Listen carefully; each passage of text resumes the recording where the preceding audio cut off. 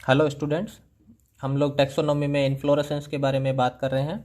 आज हम special type के जो इन्फ्लोरेसेंस देखने को मिलते हैं प्लांट्स में, उनके बारे में हम बात करेंगे। तीन प्रकार के स्पेशल टाइप से इन्फ्लोरेसेंस होते हैं। एक है साइथियम टाइप से इन्फ्लोरेसेंस, हाइपेंथोडियम इन्फ्लोरेसेंस और थर्ड है वर्टिसिलेस्टर इन्फ्लोरेसेंस। सबसे पहले हम देखते हैं साइथियम प्रकार का जो इन्फ्लोरेसेंस है वो क्या होता है।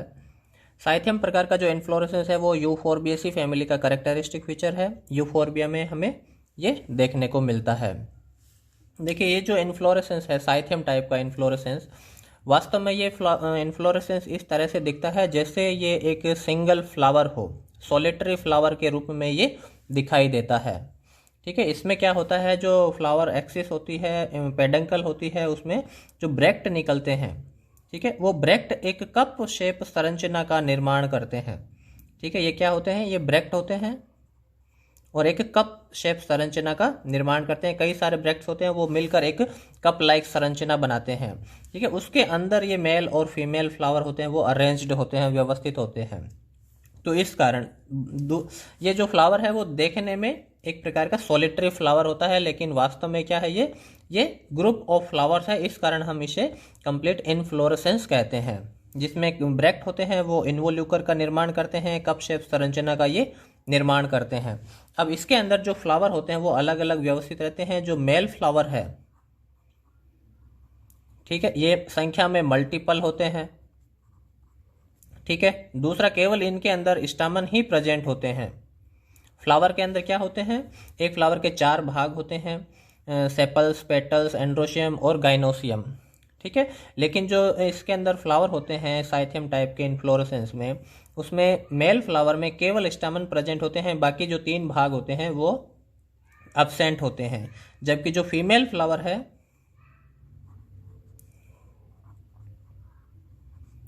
ये सिंगल फ्लावर होता है केवल। कम पूरे इन्फ्लोरेसेंस के अंदर फीमेल फ्लावर है वो केवल एक होता है और सेंटर में अरेंज रहता है, सेंट्रली अरेंज होता है ये। ठीक है, और तीसरी इसकी कंडीशन होती है कि इसके अंदर केवल गाइनोसियम ही प्रेजेंट होता है, इसलिए इसको हम गाइनोफोर भी कहते हैं। ठीक है, जैसे मेल फ्लावर के अंदर केवल स्टामेन होते हैं, उसी तरह से फीमेल फ्लावर के अंदर केवल गाइनोसियम ही प्रेजेंट रहता है, जिसे हम गाइनोफोर भी कहते हैं। बाकी 3 पार्ट, पेटल्स, सेपल्स और एंड्रोसियम है, वो अब्सेंट होते हैं इसमें। तो साइथियम प्रकार के इन्फ्लोरेसेंस की क्या कंडीशन होती है, ये एक तो ये यूफोर्बिएसी फैमिली में प्रेजेंट होता है। दूसरा, इसमें कप शेप संरचना होती है, वो ब्रैक्ट बनाते हैं।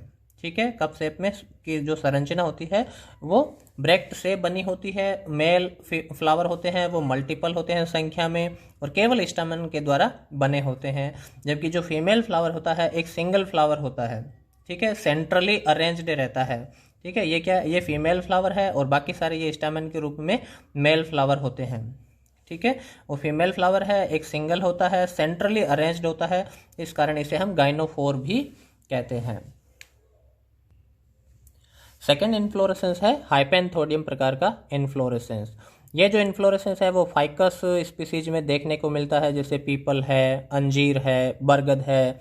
इनमें जो इन्फ्लोरेसेंस है वो हाइपेंथोडियम प्रकार का इन्फ्लोरेसेंस होता है। देखिए, इसमें क्या होता है कि जो पेडंकल होती है उसका जो शीर्ष भाग होता है, ठीक है, वो फूल कर एक मटके समान आकृति में या फ्लास्क शेप संरचना का निर्माण करता है। पेडंकल क्या है, पेडंकल का शीर्ष भाग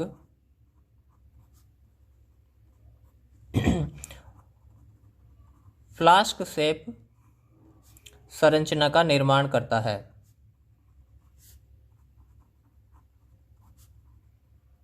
ठीक है, पेडंकल का जो शीर्ष भाग है वो एक फ्लास्क शेप आकृति का निर्माण करेगा, जिसमें एक ऊपरी भाग में दोनों अलग अलग रहते हैं, तो एक पोर का निर्माण होता है, छिद्र का निर्माण होता है। ठीक है, पेडेंकल अगर फूल कर एक प्लेट के समान संरचना बनाता है तो उसे हम रिसेप्टेकल कहते हैं, थैलेमस बोलते हैं, जैसे हमने कैपिटुलम इन्फ्लोरेसेंस में देखा था। ठीक है, उसमें क्या होता है, इस तरह से एक थैलेमस का निर्माण करता है पेडेंकल का शीर्ष भाग।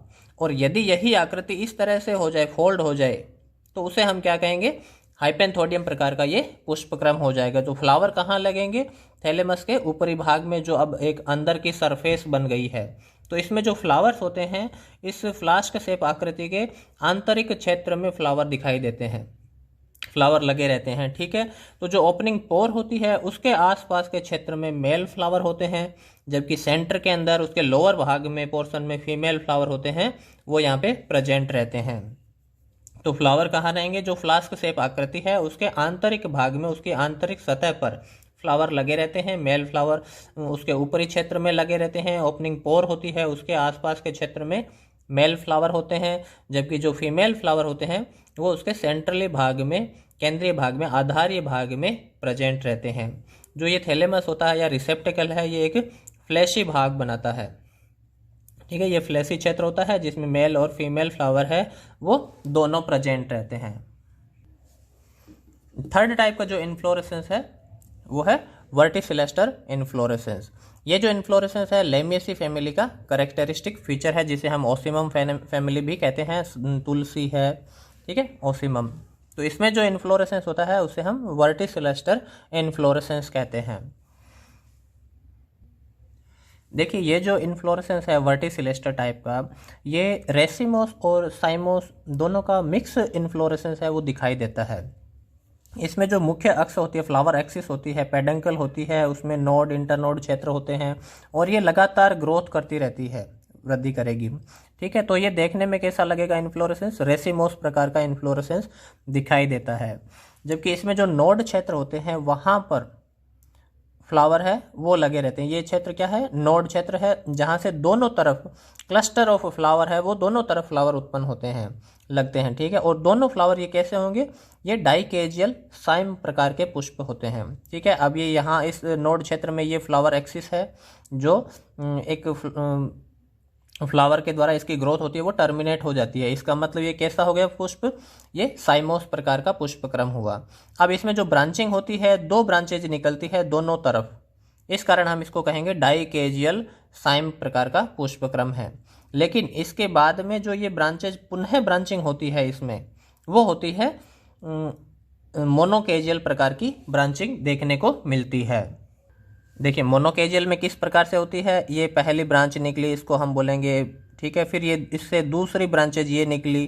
ठीक है, फिर ये तीसरी ब्रांचेज निकली। तो ये स्कॉर्पियोइड टाइप की ब्रांचेज होती है, इसमें जिग जैग आकृति का निर्माण हो रहा है, जिग जैग शेप में आकृति इसकी बन रही है। तो इसमें मोनोकेजियल स्कॉर्पियोइड टाइप की ब्रांचिंग हो रही है। साइमोस डाइकेजियल प्रकार से पुष्पक्रम है, वो स्टार्टिंग में डाइकेजियल होता है, फिर ये मोनोकेजियल में कन्वर्ट हो जाता है। तो ये क्या है, एक कॉम्बिनेशन है साइमोस इन्फ्लोरेसेंस का और रेसिमोस इन्फ्लोरेसेंस का, कि प्रत्येक नोड क्षेत्र के दोनों तरफ पुष्प है वो लगे रहते हैं। ठीक है, उसके बाद में ये डाइकेजियल साइम पुष्पक्रम का निर्माण करते हैं। तो ये एक पुष्प है, फिर ये दूसरा, फिर ये थर्ड और ये फोर्थ पुष्प होता है। इस तरह से इनमें पुनः ये सेकेंड, ये थर्ड और ये फोर्थ पुष्प, इस तरह से इनकी ब्रांचिंग होती है वर्टिसिलेस्टर पुष्पक्रम में। जो तुलसी का पौधा है, हमें इस तरह से ये पुष्पक्रम दिखाई देते हैं। इसमें जो फ्लावर लगे रहते हैं वो सेसाइल फ्लावर होते हैं, जिसमें जो पेडिसल है वो अब्सेंट होता है। और डाइकेजियल साइम में दोनों तरफ 3-3 फ्लावर है वो लगे रहते हैं वर्टिसिलेस्टर के अंदर। तो इस तरह से हमने स्पेशल इन्फ्लोरेसेंस में 3 प्रकार के इन्फ्लोरेसेंस देखे हैं। साइथियम प्रकार का इन्फ्लोरेसेंस जो U4BSc का कैरेक्टरिस्टिक फीचर है, हाइपेंथोडियम इन्फ्लोरेसेंस जो फाइकस स्पीसीज में देखने को मिलता है, और वर्टिसिलेस्टर है वो लेमिएसी फैमिली या ओसिमम फैमिली में देखने को मिलता है। Thank you.